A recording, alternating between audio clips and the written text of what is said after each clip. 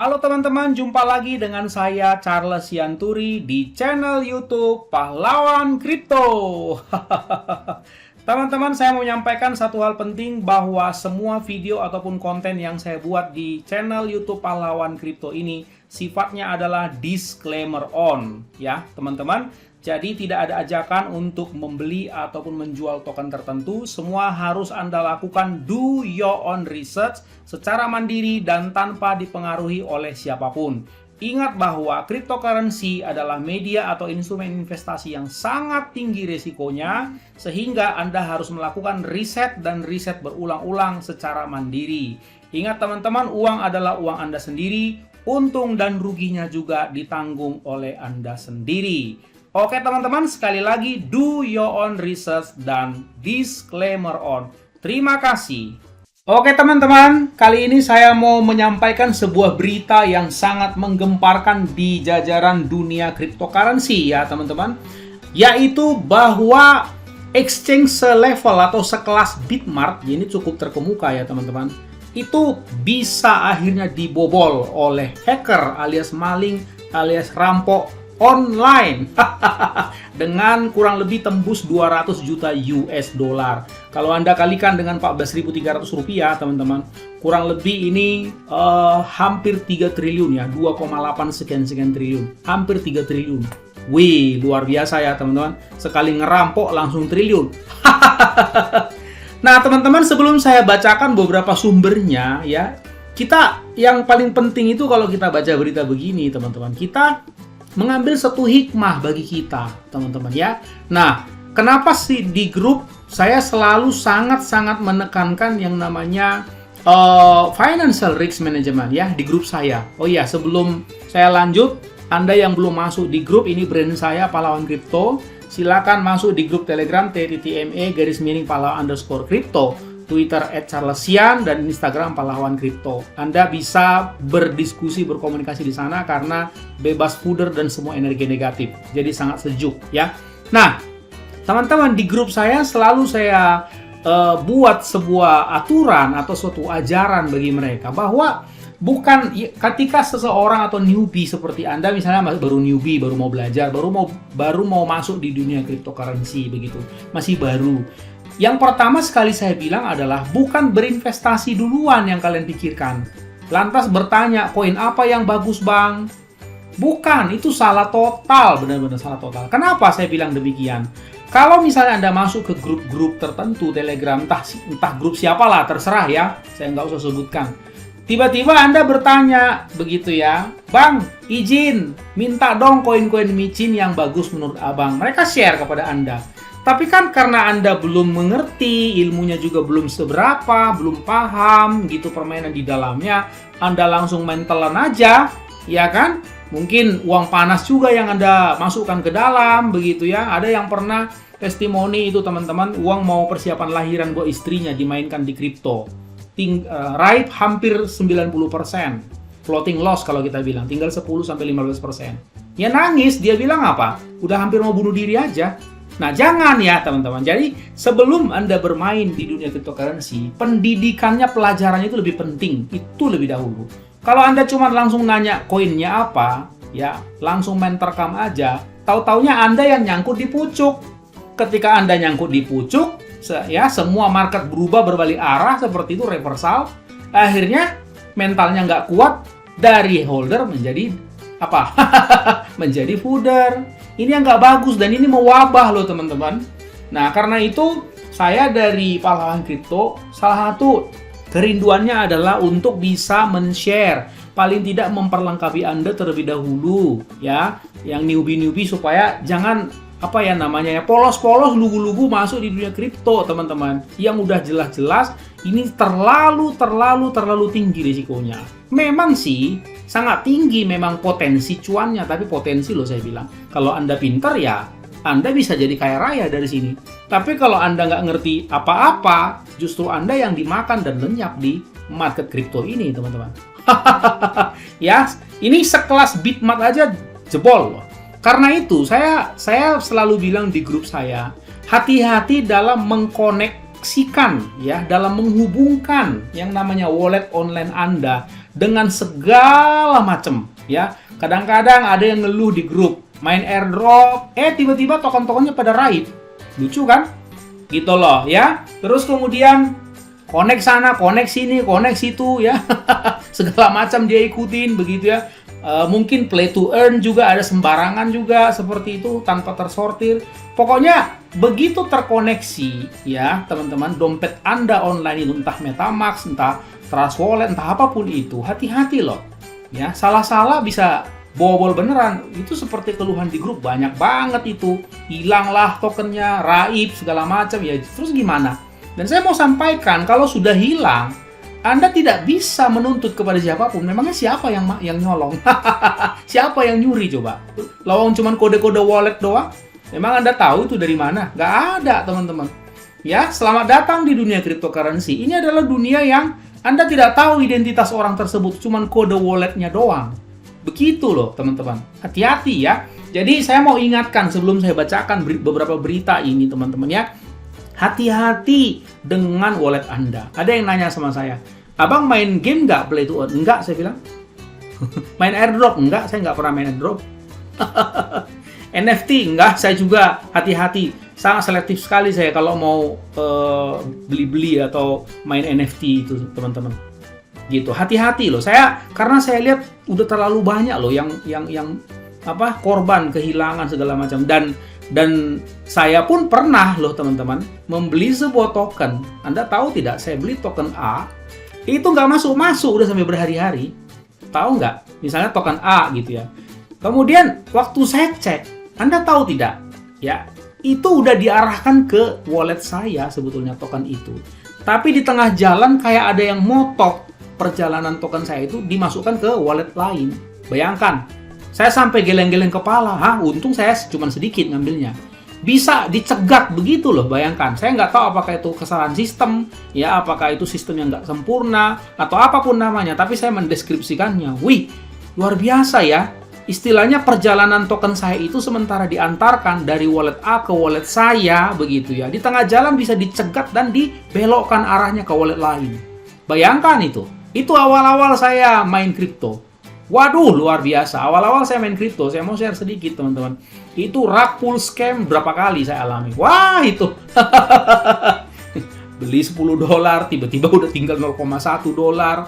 Apa ini teh?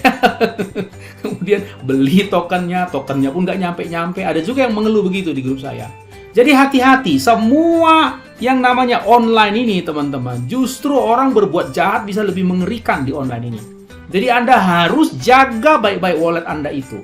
Ya, yang namanya passkey, password, apapun itu data-data pribadi, termasuk mengkoneksi-koneksikan itu, ekstra hati-hatilah kalian.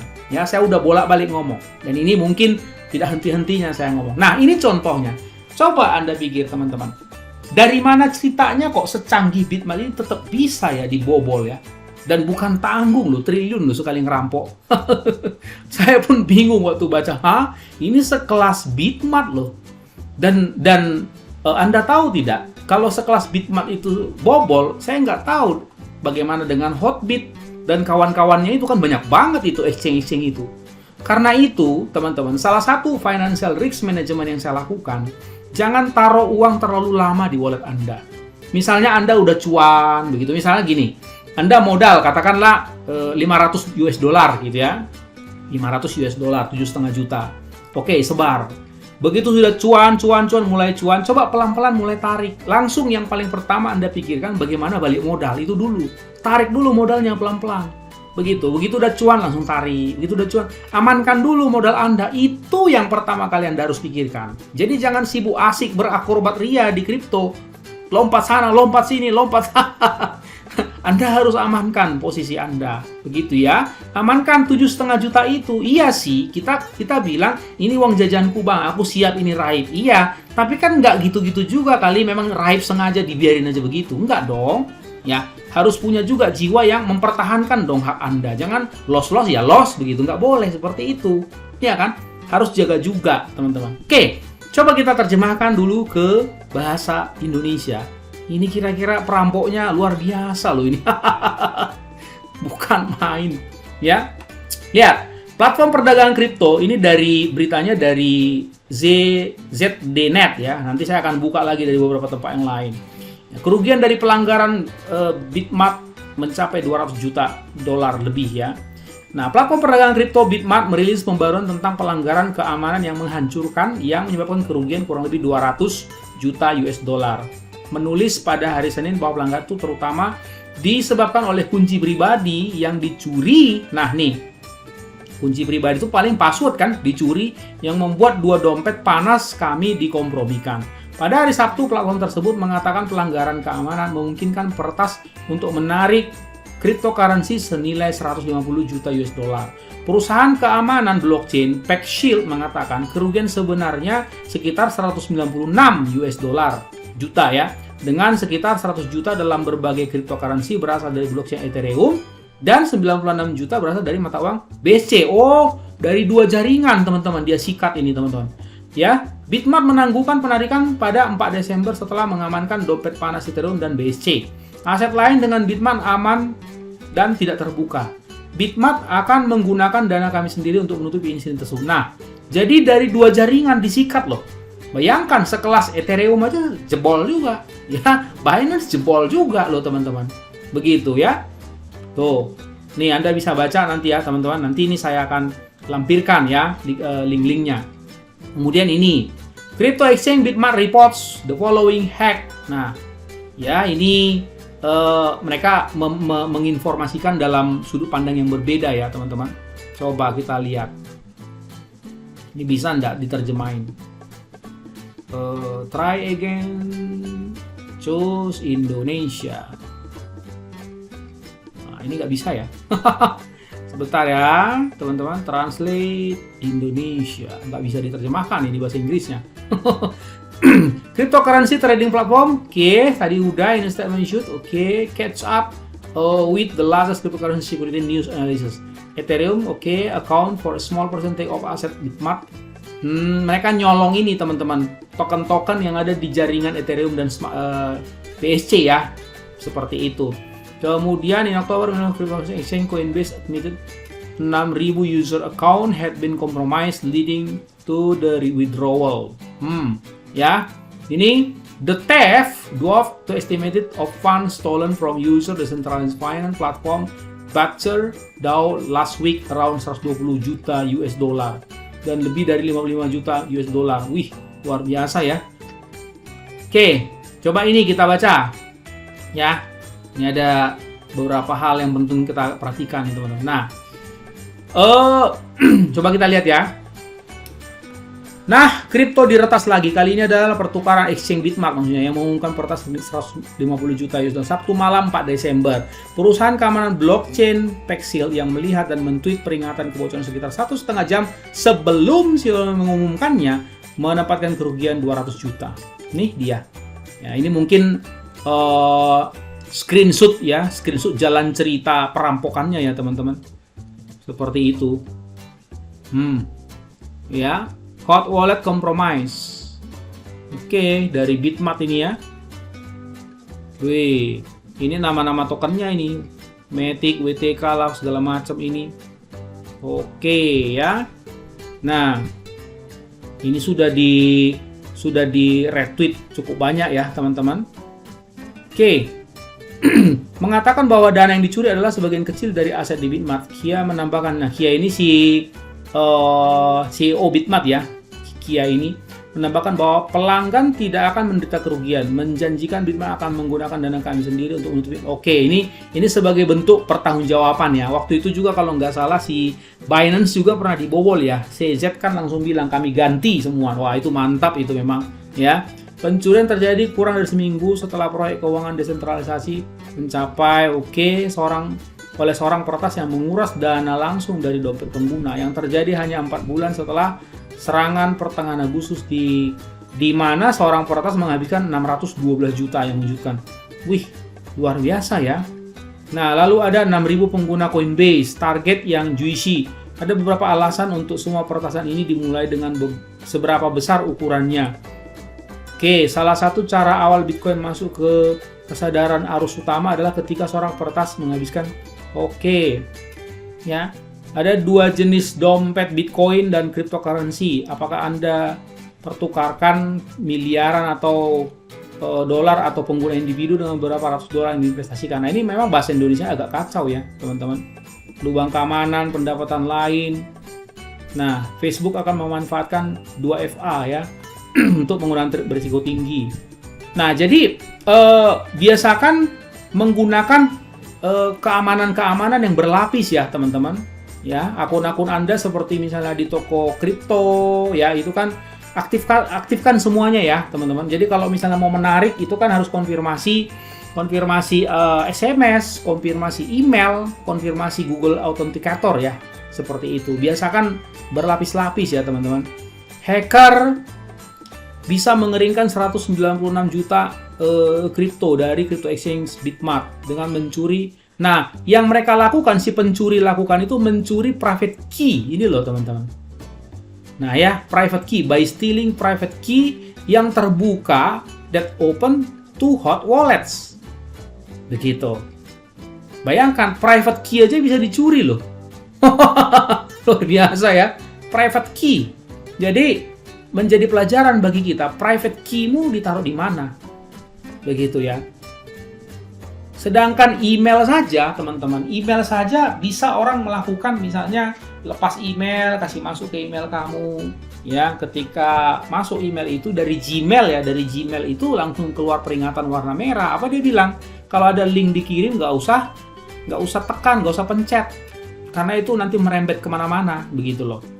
Nah, jadi hati-hati sekali loh ya, pokoknya semua yang berbau online, akun-akun Anda ya, dari mulai email ya, apakah misalnya akun-akun yang ada di checks, di DEX, di alamat wallet, segala macam itu. Hati-hati ya, teman-teman.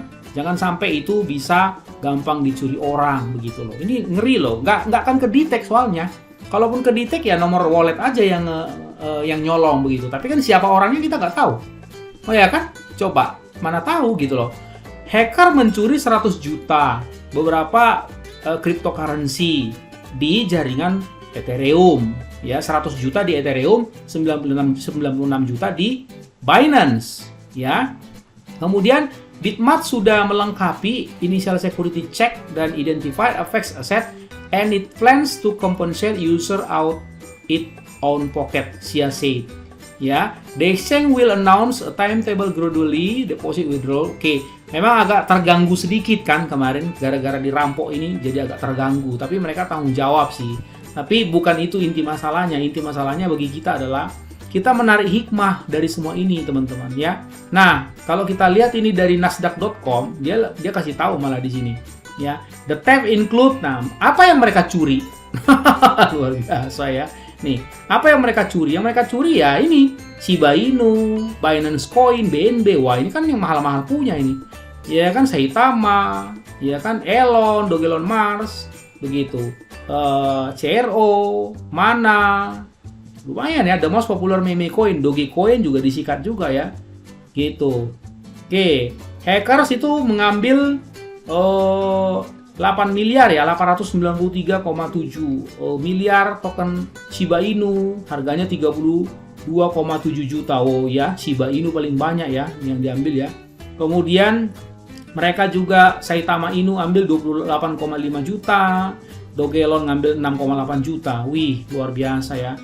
Oke, Bitmart CEO Sheldon Shia confirm, hack over the tweet. He said we have identified a large-scale security breach related to one of our Ethereum hot wheels ya, hot wallet and one of our BSC hot wallets ya. At this moment we are still concluding the possible methods used. The hackers were able to withdraw asset of the value approximately 150 juta ya.